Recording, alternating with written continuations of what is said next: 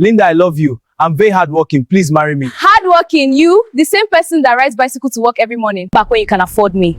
Next time, don't waste my time. Linda, what is wrong with you? That boy is a good man. He will take care of you. Grandma, please. I cannot be suffering with a man in the name of love. I deserve better. Welcome to Tales by Jeanne. My name is Janet. This story is an original story written and edited by me. I really hope you enjoy it. My dear viewers, to understand how we got to this moment, we need to go back to the very beginning. This is a story about two girls who were childhood best friends, Susan and Linda. They grew up together in Tutu, a village in Anambra State. Susan was calm and kind, while Linda was more outgoing and outspoken. Susan lived with her parents, Mr. and Mrs. Okafor, in a modest house. They raised her with good values and taught her to be content and hardworking.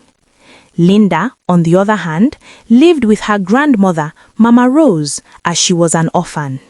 They lived in a modest but spacious house left behind by Linda's late parents. Mama Rose tried her best to raise Linda well, but Linda grew up materialistic.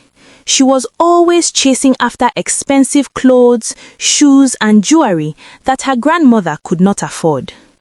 Susan would advise her, Linda, you need to stop spending money on all these things. Your grandma cannot afford it. Susan, please. You only live once, my friend.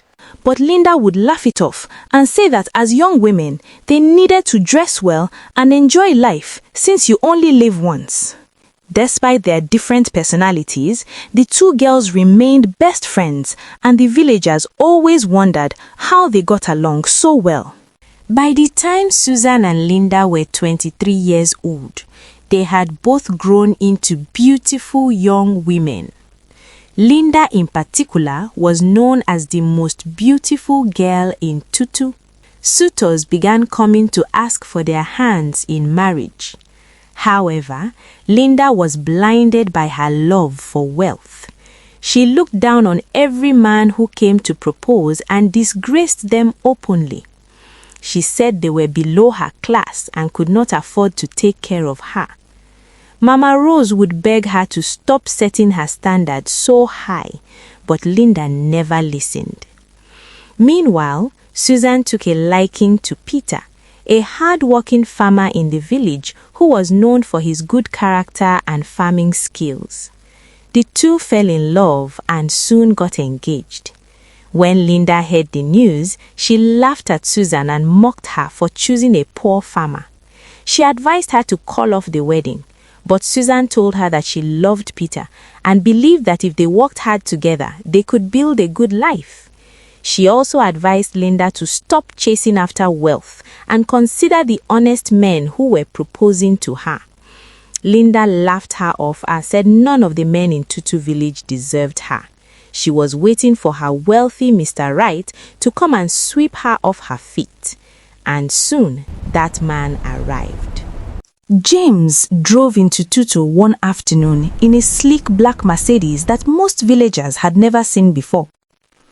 He had come to the area for a business deal and was staying at the only hotel in the nearby town of Owerri. Anywhere James went, he spent money without thinking twice, and the whole village was soon talking about him. He noticed Linda's beauty and began pursuing her. Linda was thrilled. She believed her prayers had finally been answered. James bought her expensive gifts, took her out to fine restaurants in Owerri, and gave her everything she asked for. Linda became even more arrogant and told Susan and anyone who would listen that this was the kind of man God had created for her. After a few weeks, James finished his supposed business in the area and announced he was returning to Lagos. He asked Linda if she wanted to come with him, and she said yes without hesitating. Mama Rose only found out on the morning Linda was leaving. The old woman cried and begged her to at least wait for Susan's wedding and think things through. But Linda was stubborn. She picked up her bags and left with James without looking back. In Lagos, Linda experienced a life she had only ever dreamt about. James lived in a large mansion in Lekki with expensive cars parked in the compound. He took her shopping on Victoria Island, took her on yacht vacations, brought her to exclusive clubs and parties, and spoiled her with designer clothes and jewelry. Linda quickly found her place among the slay queens of Lagos.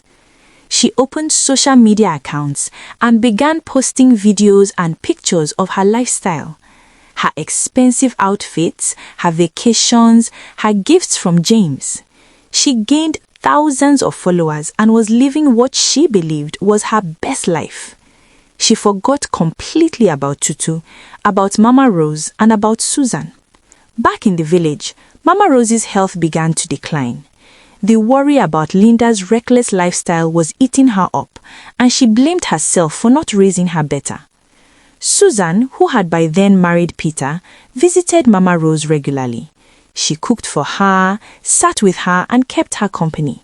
She tried many times to reach Linda, but her number was never reachable. Nobody in Tutu village had heard from Linda since the day she left. Eventually, Mama Rose passed away quietly one night. She died full of regret, never having heard from her granddaughter again. Susan and Peter arranged and paid for the funeral. Meanwhile, Linda was in Lagos, enjoying herself, completely unaware that her grandmother was gone. She never once questioned where James got his money from or what kind of business he was really doing. Then one night, James organized a big party at the mansion in Lekki. Music was playing, drinks were flowing, and Linda was dressed in one of her finest outfits. At the height of the party, the doors suddenly burst open and policemen stormed the house. They arrested James and several of his friends on the spot. Linda was also taken to the station where she screamed and cried, insisting she knew nothing. Nobody was interested in her explanation. At the station, Linda learned the full truth about James. He was a high-profile fraudster who had been deceiving wealthy individuals and running other criminal operations for years. The police had been tracking him for a long time. James and 4 of his associates were prosecuted and each sentenced to 20 years in prison. Linda was held for 3 months before being released due to lack of evidence against her. But her release did not bring her relief.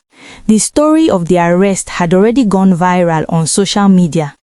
The same social media where she had once flaunted her lifestyle was now the place where people mocked and exposed her.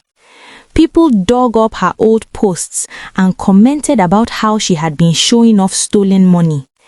Wherever she went in Lagos, people recognized her, took pictures of her and whispered about her. The police had seized everything linked to James, including the mansion, the cars, and all his assets. Linda was left with absolutely nothing. She had no choice but to return to Tutu, the village she had once despised. But she had no money even for transport. She had to beg strangers on the street for money just to pay for a bus ride back home. When she got to her house, she was shocked to find it empty without her grandmother.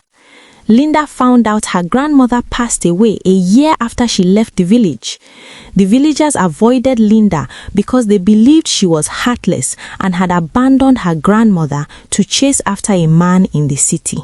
As she walked through the village, she noticed a lot had changed.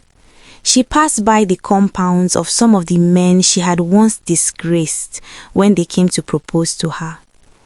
They now had their own fine houses and happy families. Their wives and children moved around their compounds cheerfully. Some of them saw Linda, but said nothing and went back inside. Linda felt a deep shame she had never felt before. When she entered her grandmother's empty house, she broke down and wept bitterly. A neighbor told her how her grandmother had fallen sick with worry after she left, and how Susan was the one who took care of her until she died. Linda was devastated.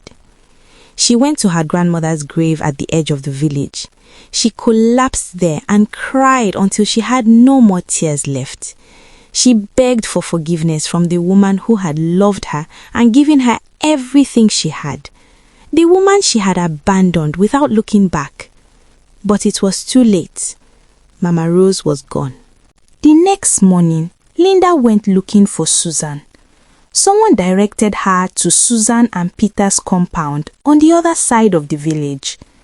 As she got closer, she could see how well they had done for themselves. They had a large, beautiful house, a big plantation with workers on the farm, and a warehouse where they stored their produce. Susan and Peter had also secured a major contract to supply crops to a large factory, and their business had grown beyond what most people in Tutu had imagined. They owned several shops in the nearby town and were well respected in the community.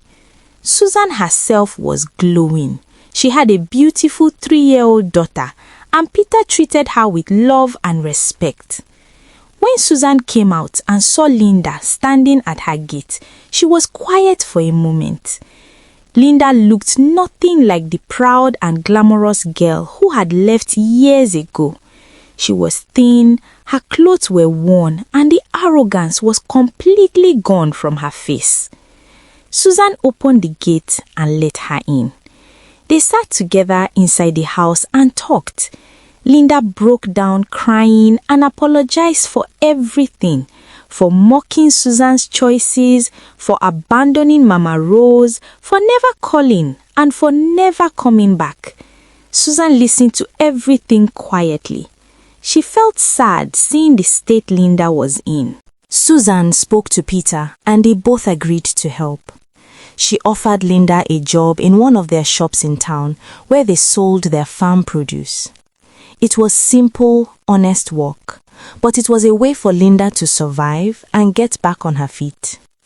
Linda accepted with tears in her eyes.